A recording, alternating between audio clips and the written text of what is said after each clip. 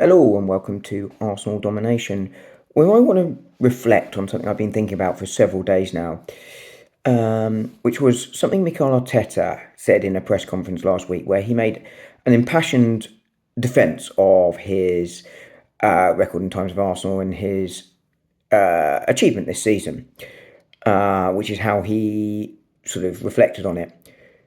It didn't get the world supply pickup in the national media, but it did obviously attract a lot of attention amongst the Arsenal fan base and has somewhat split opinion and has, in my view, led to what I think I'd describe as a potential another spat fight between Mikel Arteta and the Arsenal fans. So, in essence, as I say, he basically said that what would be normal for the season with everything that's happened to Arsenal would be you'd expect the team to be in mid-season and defend it as one of his greatest ever achievements. I mean, that's the essence of what he said. That has obviously led to some fans being very, very protective of Mikel Arteta, and other fans absolutely astonished by what he said.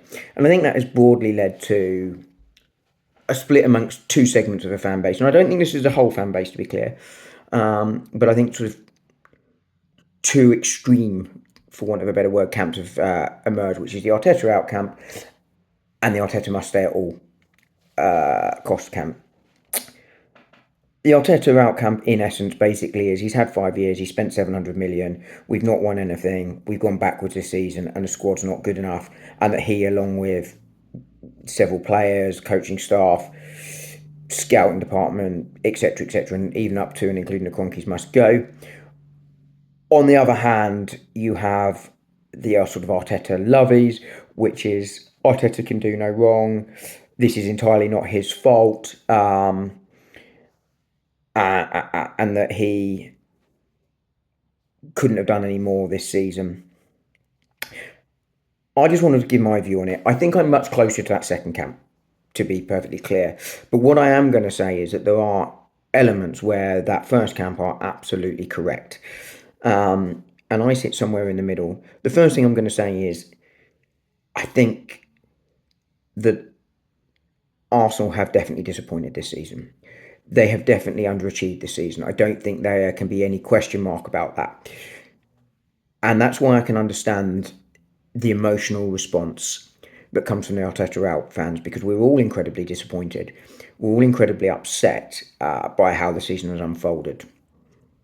And I think football is an emotional game. And when you look at it on a purely emotional level, I think that is absolutely understandable and a reasonable view to have, right?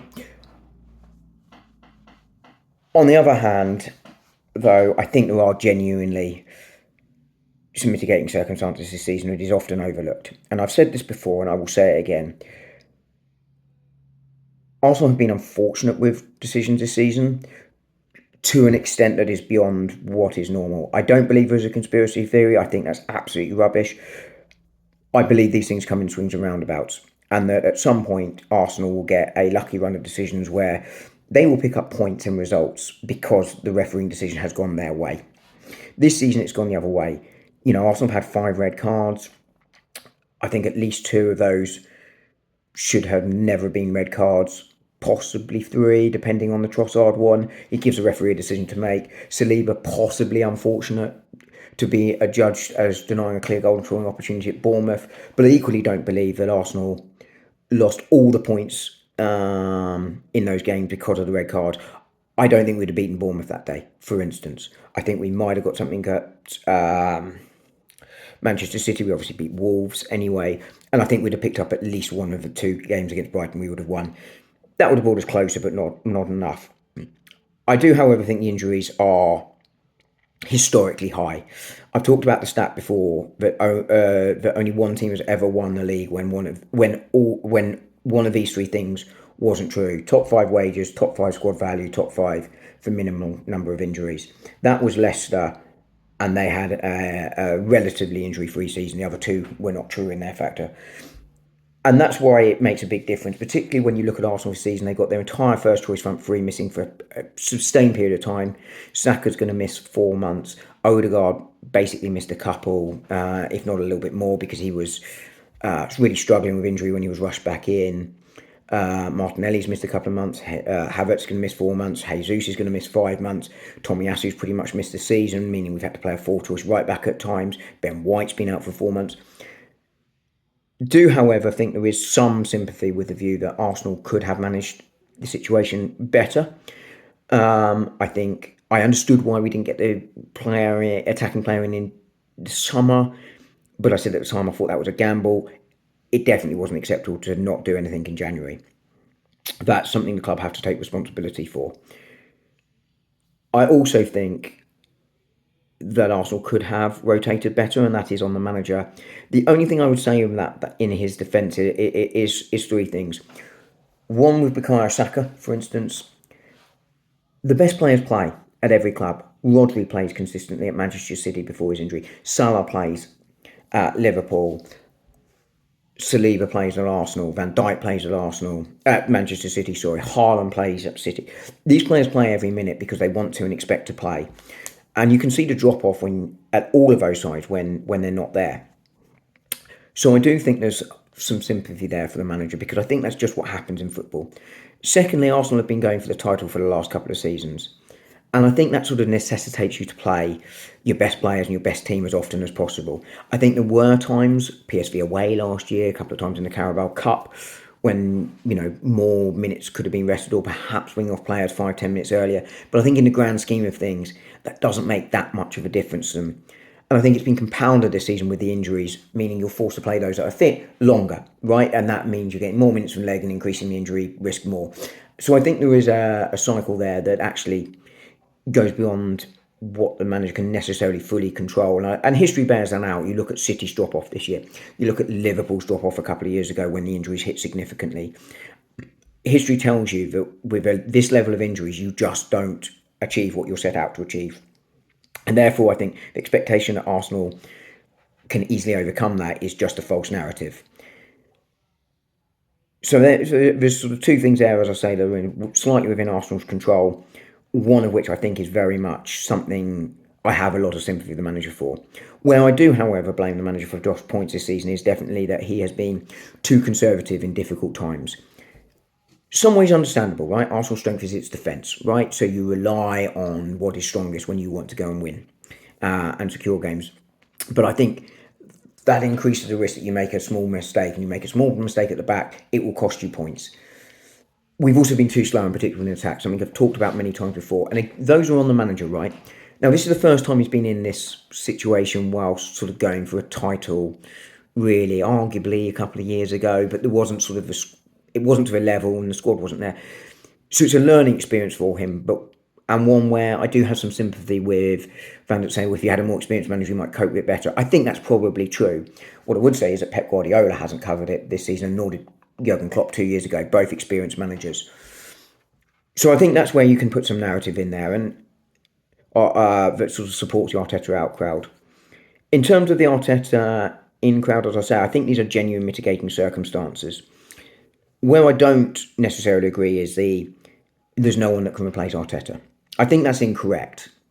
I think it's always incorrect. I've always asked a question for those that want Arteta sacked, and it's happened at many times. And I do think there's a segment of the fan base that do have an anti-Arteta agenda, just like they have an anti-Kai Havertz agenda. And that's fine. Whatever, that's fine. You're entitled to your view. You're never going to change those people's mind.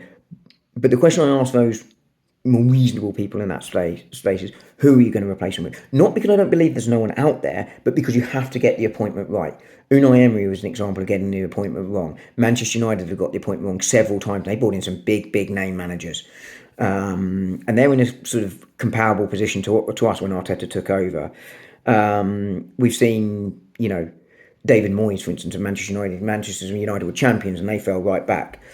So you can see how it's important to get the right manager that sort of fits what you're doing now, or you just accept that for a year or two while we rebuild the squad to a new manager that things might not be as they want to be. So I think that's absolutely incorrect that there isn't a manager out there. I also think, by the way, that Arteta is arrogant. I would hate him if he wasn't our manager, to be blunt.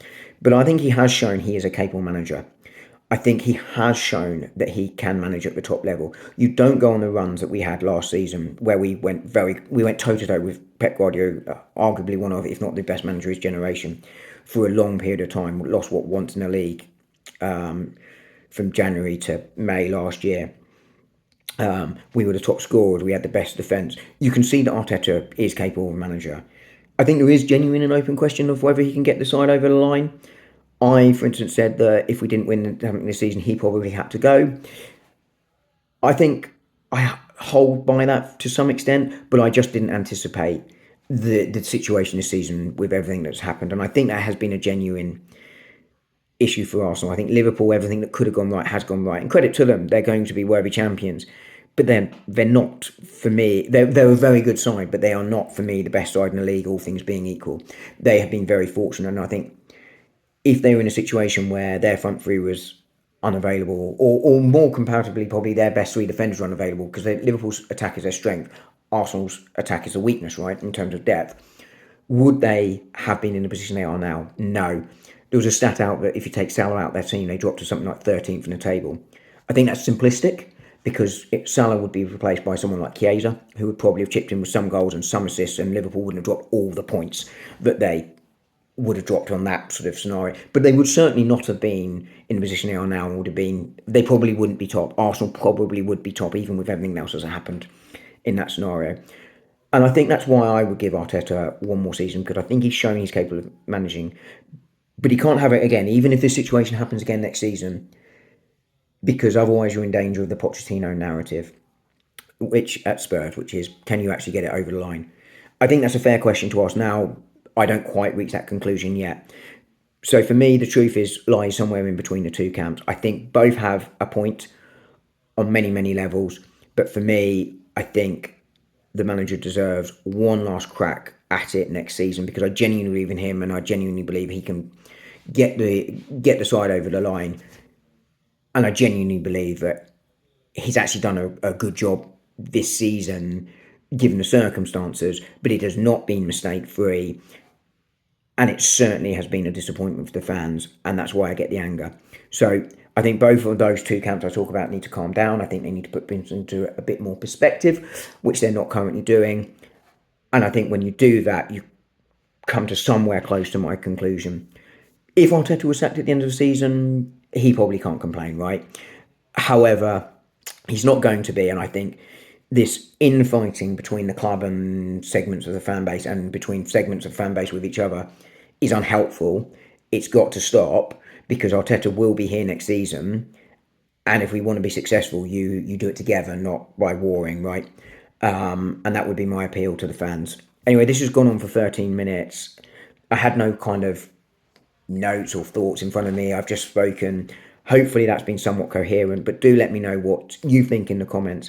As always, love to hear from you. And look, if you like what you've seen, please go and check out other videos and ask people to come and check me out. I try and clear a balanced view, and then give a view of my own in a calm measure. You're not going to see me ranting and shouting overly, ever. And if you like that sort of thing, then please do let others know. And on that note, I will speak to you all soon. Thanks very much. Bye.